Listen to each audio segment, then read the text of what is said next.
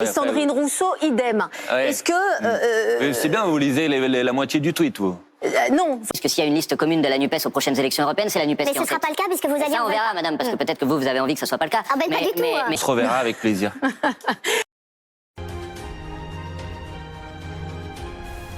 D'ailleurs, je vous prophétise quelque chose. Vous serez vous-même, si vous ne prenez pas aujourd'hui vos responsabilités, des Palestiniens en France, des étrangers en France. Ce week-end, on a assisté à une passe d'armes entre Jean-Luc Mélenchon et le représentant des institutions juives de France.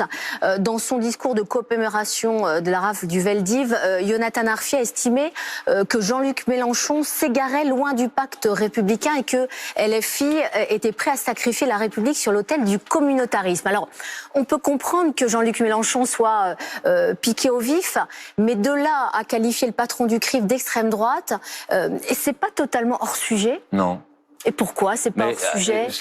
Comment on peut imaginer que l'engagement du Yonatan Arfi concernant sa lutte contre le Rassemblement national n'est plus à faire. Et comment vous pouvez imaginer que l'engagement des Insoumis et de Jean-Luc Mélenchon pour la République contre le racisme et l'antisémitisme lui est à faire? Non mais c'est pas parce que Yonatan Arfi dit quelque chose que Jean-Luc Mélenchon doit dire quelque chose qui est faux. Mais ça c'est ce que dire que ça c'est votre point de vue que c'est faux et j'y reviendrai si vous voulez. Mais c'est comme. Donc vous maintenez qu'il est d'extrême droite. Attendez, c'est comme ce dont on discutait tout à l'heure. Qu'est-ce qui produit d'abord la situation? C'est que on parle de commémoration, on parle d'un hommage, un hommage qui est important. C'est un hommage notamment pour les personnes qui ont été victimes des crimes racistes et antisémites de l'État français, notamment des événements du Veldiv. Un moment d'hommage et un moment de commémoration, c'est pas un moment qui doit être détourné pour faire de la. Sur le fond. Je vous réponds sur le fond. Un moment d'hommage, c'est pas un moment qui doit être détourné pour pointer du doigt. Est-ce que Yonatan Arfi et le CRIF est d'extrême droite? Attendez, je vais vous répondre sur ce sujet.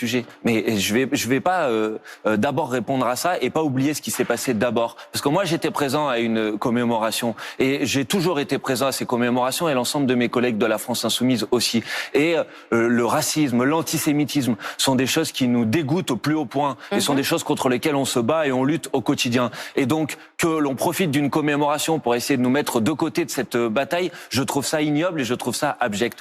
Pour le reste, Monsieur Arfi, quand il fait ça, parce que, excusez-moi, ce que dit Jean-Luc Mélenchon, c'est l'extrême droite n'a plus de limite. Oui, je dis que quand le président du CRIF préfère concentrer ses coups contre les insoumis plutôt que contre l'extrême droite dans une commémoration de cette nature, il favorise le travail de l'extrême droite. Enfin, Yonatan Arfi n'est pas d'extrême droite. Mais personne n'a dit que monsieur lui-même, que monsieur était d'extrême droite. Personne. Jean-Luc Mélenchon, dans son tweet, n'a pas dit ça d'ailleurs. Donc, je ne sais pas pourquoi vous voulez lui faire dire quelque chose qu'il n'a pas dit. Mais ce qui devrait choquer tout le monde, c'est qu'on utilise une commémoration pour cibler une formation politique qui a toujours été totalement loyale dans la lutte contre le racisme et l'antisémitisme. Vos propres alliés à la NUP ont quand même bondi. Valérie Rabault, socialiste, parle d'indécence. Patrick Kanner d'abject. Olivier Faure estime qu'Arfi n'est pas d'extrême droite, donc lui aussi a compris ça. Et Sandrine Rousseau, idem. Est-ce que... C'est bien, vous lisez la moitié du tweet, vous. Non, c'était M. Faure, il a aussi dit que Jean-Luc Mélenchon était républicain et que les procès qui étaient faits à son égard pour le mettre en dehors de l'arc républicain, comme on dit, étaient inacceptables. Tout ça pour vous dire que ça crée du remous. Ils comprennent pas, vos amis, la gauche.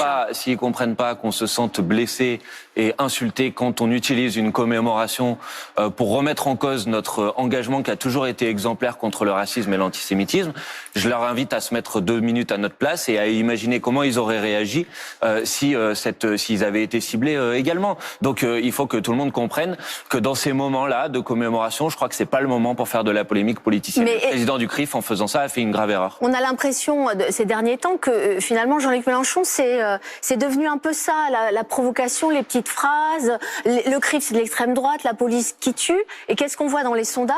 Tout ça, ça profite à qui? Au Rassemblement national. Bon, alors d'abord, c'est pas Jean-Luc Mélenchon qui a fait une polémique dimanche. Il a répondu à une polémique. Donc il n'a pas demandé au président du CRIF de nous attaquer de cette manière. Quant à la police tue, Je suis désolé, si vous voulez, on revient sur ce sujet, mais il y a eu 13 morts l'année dernière pour refus d'obtempérer. Donc malheureusement, la phrase de Jean-Luc Mélenchon sur ce sujet correspondait mais à ça profite au Rassemblement réalité. national, ces Mais petites phrases. arrêtez de dire que ça profite au Rassemblement C'est national. les sondages, c'est pas moi. Non, les sondages, ils disent que s'il y a une liste commune de la NUPES aux prochaines élections européennes, c'est la NUPES Mais qui est ce en ne sera tête. pas le cas puisque vous alliez... Ça, on verra, madame, parce que peut-être que vous avez envie que ça soit pas le cas. Ah ben, pas du tout. Mais en tout cas, moi, j'ai envie que ça soit le cas. Et donc, j'ai envie de défendre cette hypothèse jusqu'au bout et de convaincre mes partenaires, puisque vous étiez en train de me dire que c'est le Rassemblement national qui en profitait. Sauf que les mêmes sondages dont vous parlez, s'ils sont d'une liste commune de la NUPES aux élections européennes, c'est la NUPES qui arrive en tête. Donc, c'est pas le Rassemblement national qui en profite. On se reverra avec plaisir. Bonne journée.